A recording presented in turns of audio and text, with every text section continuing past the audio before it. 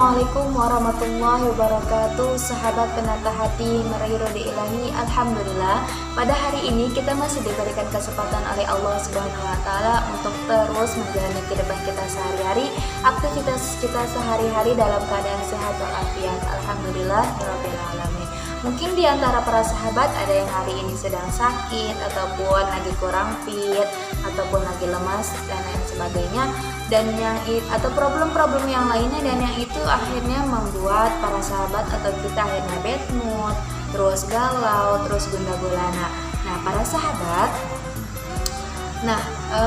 kita pasti kan pengen kan dalam kehidupan ini kita tuh nggak ada rasa resah, nggak ada rasa galau, nggak ada rasa bad mood. Nah, ada beberapa cara para sahabat supaya hidup kita ini tidak gelisah, tidak gundah gulana, tidak galau, dan pasti menginginkan kehidupan yang tenang, tentram, dan juga ayem, dan juga tidak ada masalah.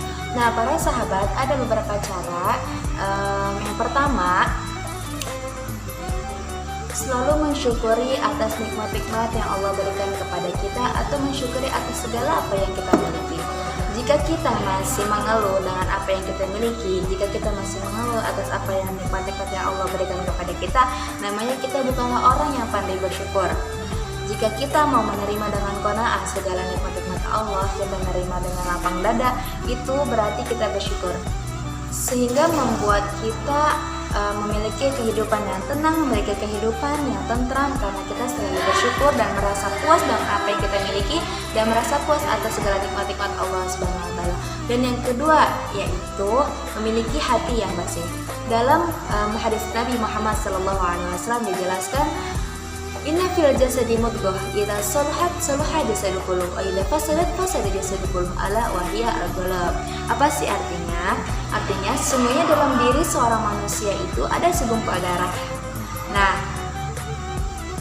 jika segumpal darah ini baik, maka seluruh tubuhku yang lain akan baik. Dan jika satu gumpal darah ini buruk ataupun jelek atau fasad, maka seluruh tubuh yang lain juga akan fasad ataupun buruk. Apa sih itu? Kalian pasti tahu, itu adalah hati. Nah, hati itulah yang menjadi fondasi utama dari seluruh tubuh kita yang lain. Hati ini yang menjadi penentu baik atau buruknya kita, dari ucapan kita, dari tingkah laku kita, ataupun dari pikiran kita, itu semua tergantung pada hati. Jika hati kita baik, maka seluruh tubuh pun akan baik. Ucapan yang keluar dari mulut kita pasti akan yang baik-baik. Tingkah laku dari tubuh kita pasti juga akan yang baik-baik. Begitu juga sebaliknya, jika kita memiliki hati yang kotor atau hati yang fasad, maka dari ucapan ataupun dari tingkah laku kita juga menunjukkan hal-hal yang tidak baik. Nah, bagaimana sih caranya kita bisa mengetahui hati kita ini bersih atau kotor, para sahabat? Bagaimana kita bisa tahu hati kita ini sudah suci atau belum, sudah bersih atau belum, fasad atau sa'id? Nah, jika kita memiliki hati yang kotor, ada dua. Dalam kitab Zubat ada dua tanda. Dalam kitab Zubat dijelaskan fasyahwatun nafsi ma'adzunubi mujibatani qasatul qulubi. Yang pertama adalah nafsu atau hawa nafsu. Nah, yang pertama hawa nafsu ini juga termasuk salah satu yang membuat hati kita kotor. Dan yang kedua, dunub atau dosa-dosa ataupun maksiat yang kita lakukan itu juga membuat hati kita semakin kotor. Dengan begitu banyaknya maksiat yang semakin kita lakukan, semakin mengotori hati kita, yang hati kita tadinya bersih, semakin kotor, dan semakin kotor. Nah, dua ini adalah perkara yang membuat hati kita kotor, dan akhirnya kita tidak memiliki hati yang bersih. Nah, selain itu ada juga beberapa penyakit-penyakit hati yang membuat hati kita semakin kotor. Yang pertama, suka berbohong. Yang kedua, ria ataupun sombong. Yang ketiga, hasad ataupun dengki. Dan yang keempat, suka menfitnah. Yang kelima, suka namimah dan lain sebagainya. Perbuatan-perbuatan tercela yang akhirnya membuat hati kita semakin kotor. Dan hati yang kotor itu adalah hati yang paling jauh dari Allah. Dalam kitab Zubat juga dijelaskan, wa in ab'ada qulubin nasi min rabbinir rahim qalbun qasih. Sesungguhnya hamba yang paling jauh dari Allah Subhanahu wa taala adalah hamba yang hatinya itu kotor dan tidak dibersihkan.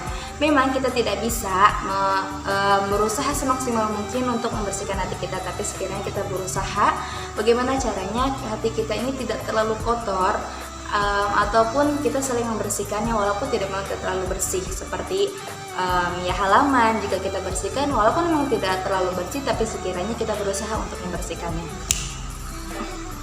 Nah, itulah para sahabat, dua penyebab yang membuat hidup kita ini mudah gelisah, mudah galau, dan tidak tentram. Yang pertama, hati yang bersih ataupun kolbun yang salim. Nah, itulah para sahabat